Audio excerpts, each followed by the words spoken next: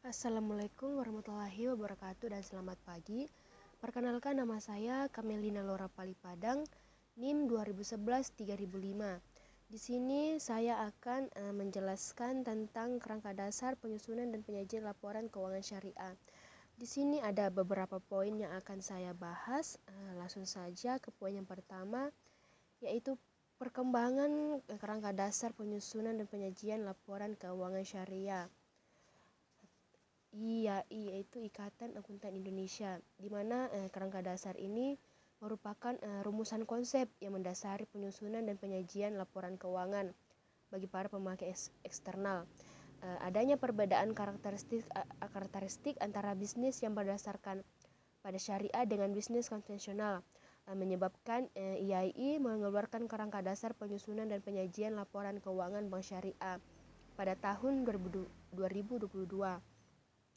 Selanjutnya, kerangka dasar penyusunan dan penyajian laporan keuangan bank syariah ini disempurnakan pada tahun 2007 menjadi kerangka dasar penyusunan dan penyajian laporan keuangan syariah atau KDPP-LKS, di mana penyempurnaan KDPP-LKS ini terhadap KDPP-LKBS dilakukan untuk memperluas cakupannya sehingga tidak hanya untuk transaksi syariah pada bank syariah saja, melainkan juga pada jenis institusi bisnis lain, baik yang berupa entitas syariah maupun entitas konvensional yang bertransaksi dengan skema syariah.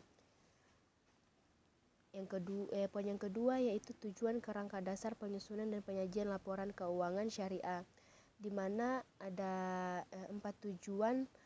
Empat tujuan di sini menurut atau berdasarkan KDPP-LKS, yaitu yang pertama, penyusunan standar akuntansi keuangan syariah.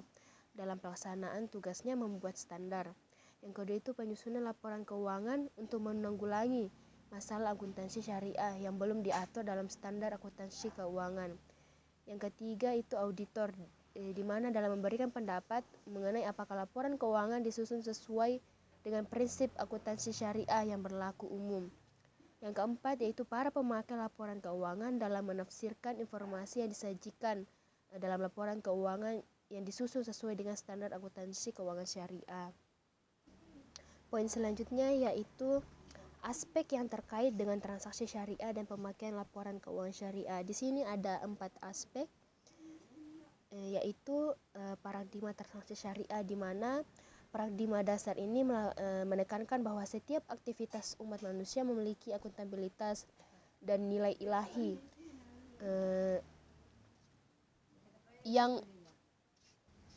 yang menempatkan perangkat syariah dan akhlak sebagai parameter baik dan buruk, benar dan salahnya aktivitas usaha. Yang kedua itu asas transaksi syariah, di mana transaksi syariah ini berdasarkan pada prinsip persaudaraan. Yang kedua itu keadilan, yang ketiga kemaslahatan, keempat keseimbangan, dan kelima universalisme, di mana prinsip persaudaraan atau ukhuwah itu berarti bahwa transaksi yang diadakan merupakan bentuk interaksi sosial dan harmonisasi kepentingan para pihak untuk kemanfaatan secara umum dengan semangat saling tolong menolong. Yang kedua itu tadi yaitu prinsip keadilan yaitu mengandung arti menempatkan sesuatu pada tempatnya dan memberikan sesuatu pada yang berhak serta memperlakukan sesuatu sesuai porsinya. Yang ketiga itu prinsip kemaslahatan atau maslahah, berarti bahwa transaksi syariah haruslah merupakan segala bentuk kebaikan dan manfaat yang berdimensi duniawi dan ukrawi, material dan spiritual, serta individu dan kolektif. Yang keempat yaitu keseimbangan atau tawasun, di mana transaksi harus memperhatikan keseimbangan aspek material dan spiritual, aspek privat dan publik, serta sektor keuangan dan real, bisnis dan sosial, keseimbangan aspek pemanfaatan dan pelestarian. Yang terakhir itu prinsip syumuliyah, yaitu transaksi syariah dapat dilakukan oleh dengan dan untuk semua pihak yang berkepentingan, tanpa membedakan suku, agama, ras, dan golongan sesuai dengan semangat rahmatan lil alamin. Yang ketiga itu karakteristik transaksi syariah, di mana transaksi syariah ini dapat berupa aktivitas bisnis yang bersifat komersial maupun aktivitas sosial bersifat non komersial, di mana transaksi syariah komersial ini dapat berupa investasi untuk mendapatkan bagi hasil, beli barang untuk mendapatkan lama, atau pemberian layanan jasa untuk mendapatkan imbalan. Kalau transaksi syariah non komersial itu dapat dilakukan dengan berupa pemberian pinjaman atau talangan, penghimpunan dan penyaluran dana sosial seperti zakat, infak, sedekah, wakaf, dan hibah. Yang terakhir yaitu pemakaian laporan keuangan syariah, di mana pemakaian laporan keuangan syariah meliputi investor, pemilik dana kuarda, pemilik dana pembiayaan mudharabah, pemilik dana titipan, pembayaran penerimaan zakat, infak, sedekah, dan wakaf, pengawas syariah, karyawan, pemasok, dan mitra usaha lainnya, pelanggan pemerintah, serta lembaga-lembaganya dan masyarakat. Poin selanjutnya itu tujuan dari laporan keuangan, di mana berdasarkan paragraf 30 KDPP LKS dinyatakan bahwa tujuan laporan keuangan menurut KDPP LKS adalah menyediakan informasi yang menyangkut posisi keuangan, kinerja, serta perubahan posisi keuangan untuk keuangan suatu entitas syariah yang bermanfaat bagi sejumlah besar pemakai dalam pengembalian keputusan ekonomi. Pengambilan keputusan ekonomi.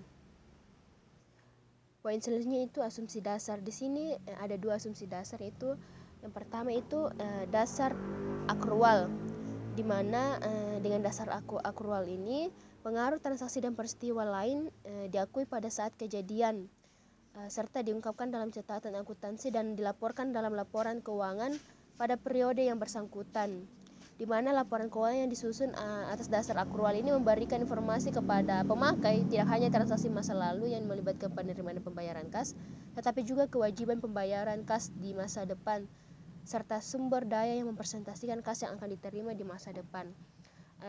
Asumsi dasar yang kedua yaitu kelangsungan usaha, di mana laporan keuangan biasanya disusun untuk dasar asumsi kelangsungan usaha entitas syariah dan akan melanjutkan usaha di masa depan. Oleh karena itu, entitas syariah diasumsikan tidak bermaksud untuk berkeinginan melikuidasi atau mengurangi secara material skala usahanya. Poin selanjutnya yaitu karakteristik kualitatif informasi keuangan syariah, di mana ada 4, yaitu yang pertama itu dapat dipahami, di mana pemakai diasumsikan memiliki pengetahuan yang memadai tentang aktivitas ekonomi dan bisnis dengan ketentuan yang wajar. Yang kedua itu relevan. Yang ketiga andal. Yang keempat itu dapat dibandingkan, di mana pemakaian harus dapat memperbandingkan laporan keuangan entitas syariah antara periode untuk mengidentifikasi kecenderungan posisi dan kinerja keuangan. Pemakaian juga harus dapat memperbandingkan laporan keuangan antar entitas syariah untuk mengevaluasi posisi keuangan, kinerja, serta perubahan posisi keuangan secara relatif. Poin berikutnya yaitu unsur-unsur laporan keuangan. Di sini ada beberapa unsur laporan keuangan, yaitu yang pertama laporan posisi keuangan, yang kedua itu laporan laba rugi, yang ketiga itu laporan perubahan ekuitas, yang keempat itu laporan arus kas, yang kelima yaitu laporan rekonsiliasi pendapatan dan bagi hasil atau laporan rekonsiliasi pendapatan dan bagi hasil ini adalah laporan yang menyajikan rekonsiliasi antara pendapatan bank yang menggunakan dasar akrual dengan pendapatan dibagi hasil kepada pemilik dana menggunakan dasar kas. Yang selanjutnya itu laporan sumber dan penggunaan zakat. Ini merupakan salah satu komponen utama dalam laporan keuangan yang harus disajikan oleh entitas syariah, di mana unsur-unsur dasar laporan sumber dana penggunaan zakat ini meliputi sumber dana, penggunaan dana selama setahun selama suatu jangka waktu, serta saldo dan zakat yang menunjukkan dana zakat yang belum disalurkan pada tanggal tertentu. Selanjutnya itu laporan sumber dan penggunaan dana kebajikan, di mana laporan sumber dana penggunaan dana kebajikan menunjukkan hal sebagai berikut. Itu yang pertama ada sumber dana kebajikan yang berasal dari penerimaan, yaitu infak, sedekah, denda, pendapatan non halal. Yang kedua itu penggunaan dana kebajikan, yaitu dana kebajikan produktif, sumbangan, penggunaan lainnya untuk kepentingan umum, kenaikan atau penurunan sumber dana kebajikan, saldo awal dana penggunaan dana kebajikan, dan saldo akhir dana penggunaan dana kebajikan. Poin selanjutnya yaitu pengakuan dan pengukuran unsur-unsur laporan keuangan, yaitu di mana pengakuan unsur-unsur laporan keuangan itu ada 5, yaitu yang pertama pengakuan aset, di mana aset diakui dalam neraca jika besar kemungkinan bahwa manfaat ekonominya di masa depan diperoleh entitas syariah dan aset tersebut mempunyai nilai atau biaya yang dapat diukur dengan andal. Yang kedua itu pengakuan kewajiban, di mana kewajiban diakui dalam neraca jika besar kemungkinan bahwa pengeluaran sumber daya yang mengandung manfaat ekonomi akan dilakukan untuk menyelesaikan kewajiban sekarang dan jumlah yang harus diselesaikan dapat diukur secara andal.